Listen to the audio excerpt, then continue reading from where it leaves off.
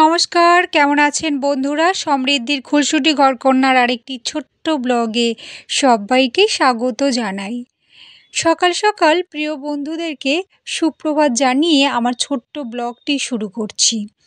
আর আজকের ব্লগে রয়েছে সেই সব স্মৃতি।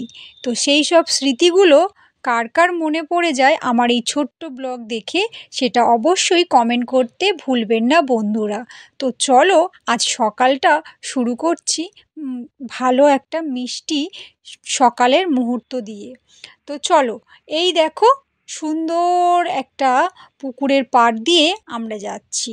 আর এই দেখো জল টলমল করছে, আর আঁকাবাঁকা রাস্তা ধরে চলেছি, আর রোদ বৃষ্টি নিয়ে আজকের এই সকালটা শুরু করছি।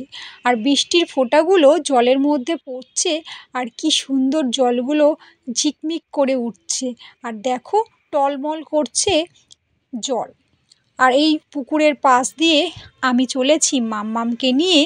মাম্মাম কি করছে এই পুকুর পাড়ের রাস্তা ধরে, দেখো গুটি গুটি পায়ে সবুজ রাস্তায় হেঁটে চলেছে, দেখেছো?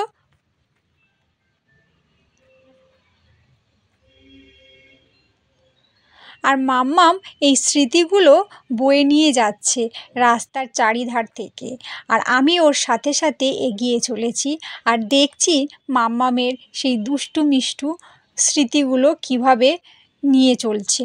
হ্যাঁ, ওকে দেখছি আর মনে পড়ে যাচ্ছে আমাদের সেই গ্রামের পরিবেশটা।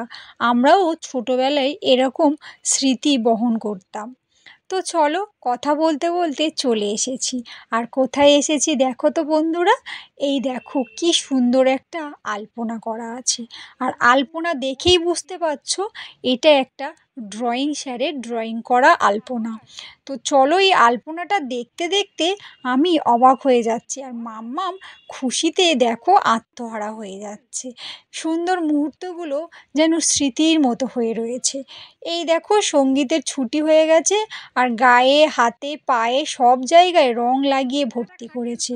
এই না হলে রঙের বাহার। দেখেছো বন্ধুরা, রং করতে এসে ড্রয়িং করতে এসে দেখেছো হাতের মধ্যে গায়ের মধ্যে সব জায়গায় রঙে রঙে ভর্তি হয়ে গেছে। তো ওই দেখো একটা রেনবো ছাতা খাটিয়ে সঙ্গীত হাঁটি হাঁটি করে চলেছে। আর হালকা মেঘ, হালকা বৃষ্টি, সাথে রয়েছে হালকা রোদ, কখনো রোদ বৃষ্টি, সব কিছু নিয়ে চলছি। আর এই দেখো বলেছিলাম না সেই স্মৃতিগুলো, আমরা রাস্তার পাশে দাঁড়িয়ে পড়লাম পুকুরের পাশে। আর ওই যে দূরে একটা পানকৌড়ি, ওটাকে আমি দেখাচ্ছিলাম ছেলেকে। ও শুধু জলের মধ্যে ডুব দিচ্ছে আর ছোট্ট ছোট্ট মাছগুলোকে ধরে খাচ্ছে। আর এই স্মৃতিগুলো আমরা বহন করতাম দেশের বাড়িতে, আর আমরা রোজকার এগুলো দেখতাম। আর সঙ্গীতকে এগুলো দেখাচ্ছি, ও কখনো এরকম দৃশ্য দেখেনি। এরপর দেখো সন্ধ্যাবেলায় মাম্মামের দৃশ্য,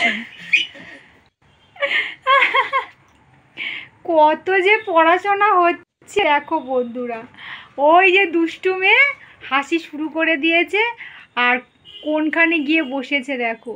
আর দাদা ভাইকে কত পড়াশোনা করতে দিচ্ছে দেখো।